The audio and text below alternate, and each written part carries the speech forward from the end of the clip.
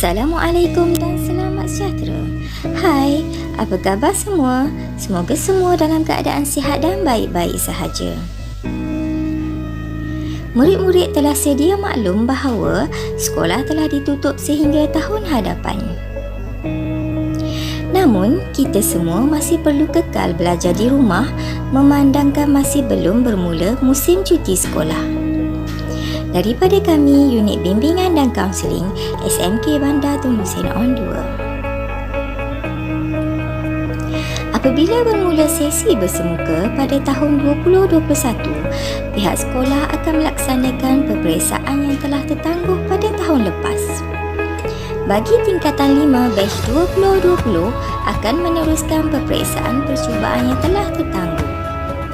Pentaksiran sumatif 3 atau peperiksaan akhir tahun 2020 adalah bagi semua murid, iaitu murid tingkatan 1, tingkatan 2, tingkatan 3 dan tingkatan 4 batch 2020 akan menduduki pentaksiran sumatif 3 atau peperiksaan akhir tahun 2020. Untuk tingkatan 3 batch 2020, keputusan pentaksiran ini juga akan menjadi sebahagian pengukur bagi penyusunan kelas elektif SPM untuk tingkatan 4 pada tahun 2021. Anda semua perlu membuat persediaan. Jadikan ini sebagai satu cabaran bagi diri anda. Cuba fikir yang baik-baik dan lakukan yang terbaik. Pertama sekali, buat perancangan anda. Fikirkan apa yang perlu dibuat. Gunakan masa PKPB ini sebaiknya. Pertama sekali, sediakan jadual belajar. Jadual belajar adalah sangat penting. Dengan adanya jadual belajar, anda dapat seimbangkan masa belajar, berehat dan bermain. Ia juga dapat melatih mendisiplinkan diri dalam menepati masa walaupun di rumah. Masukkan sekali jadual belajar online ke dalam jadual belajar harian anda. Dengan adanya jadual belajar ini, pasti anda tidak akan terlepas kelas-kelas online yang diatur oleh guru. Jadual belajar harian anda hendaklah dibuat mengikut kemampuan diri anda sendiri. Tidak perlu terikut-ikut dengan cara belajar orang lain yang mungkin tidak sama seperti diri kita. Cuma cara orang lain boleh dijadikan panduan buat diri kita. Ini adalah contoh jadual belajar persendirian. Contoh ini boleh dijadikan panduan untuk kita buat jadual belajar kita sendiri.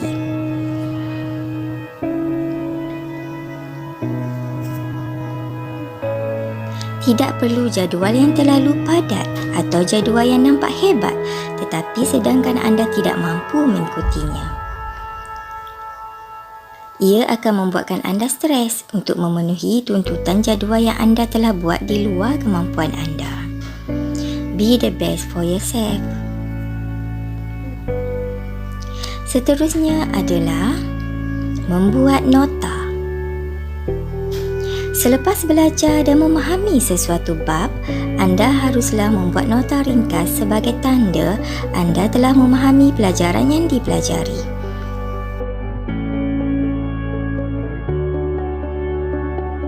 Dengan adanya nota, ia dapat membantu anda untuk mengimbas kembali fakta dan maklumat yang telah dibaca supaya dapat memantapkan lagi daya ingatan anda. Seterusnya adalah ikuti sesi pembelajaran secara online.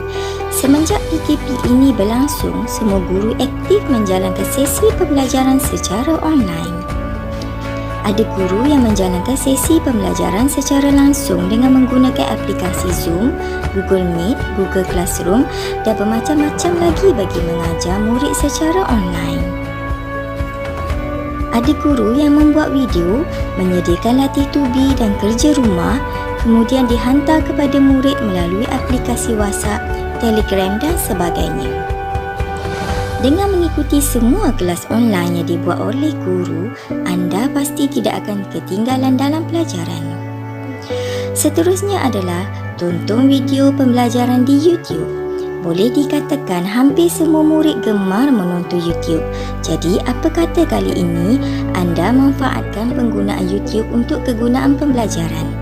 Banyak channel berkaitan pembelajaran yang boleh ditonton dan ini merupakan kaedah pembelajaran yang paling berkesan untuk belajar di rumah.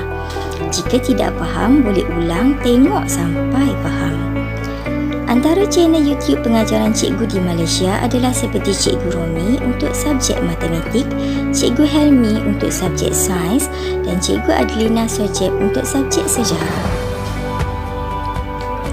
Ada banyak lagi channel YouTube berkaitan pembelajaran. Anda cuma perlu search sahaja. Seterusnya adalah tonton channel pendidikan TV. Murid juga boleh belajar melalui saluran TV pendidikan.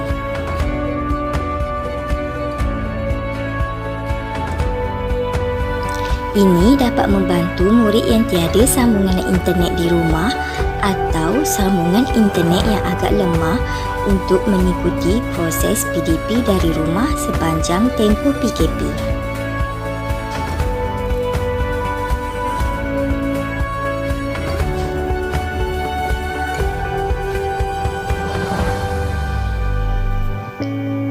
Ini adalah senarai slot pembelajaran melalui TV pendidikan sepanjang PKP.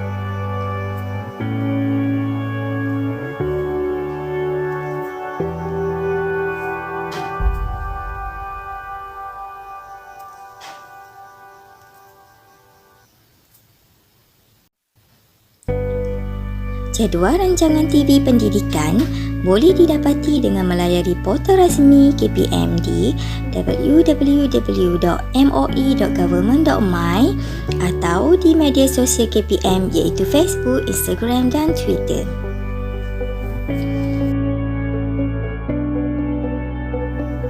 Slot ini boleh ditonton secara percuma menerusi saluran 110 My Freeview TV. Selain daripada itu, siaran ini juga boleh ditonton menerusi saluran 146 di Astro dan Astro Enjoy.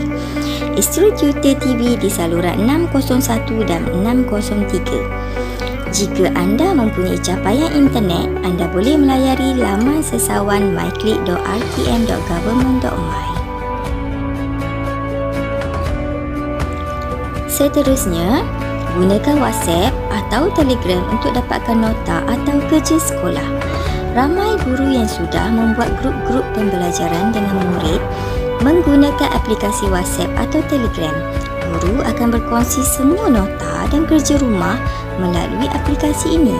Jadi, anda perlu sentiasa peka. Baca semua nota dan siapkan latihan yang telah diberikan oleh guru anda. Seterusnya adalah muat turun aplikasi pembelajaran di Play Store atau App Store. Sekarang semuanya di hujung jari. Kini di Play Store dan juga App Store telah menyediakan pelbagai aplikasi berkaitan pembelajaran yang boleh dimuat turun secara percuma dan berbayar. Antara aplikasi yang ada adalah seperti belajar grammar, jawab kuis dan bermacam-macam lagi. Anda boleh search sendiri. Type sahaja kertas soalan SPM atau matematik tingkatan 1 pasti keluar. Pendek kata, daripada tadika hingga ke universiti, semuanya ada. Anda cuma perlu mencarinya sahaja. Baiklah, cikgu harap anak-anak semua dalam keadaan baik-baik sahaja.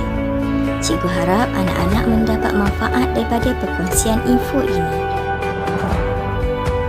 Selepas hujan, akan ada sinar matahari menerangi.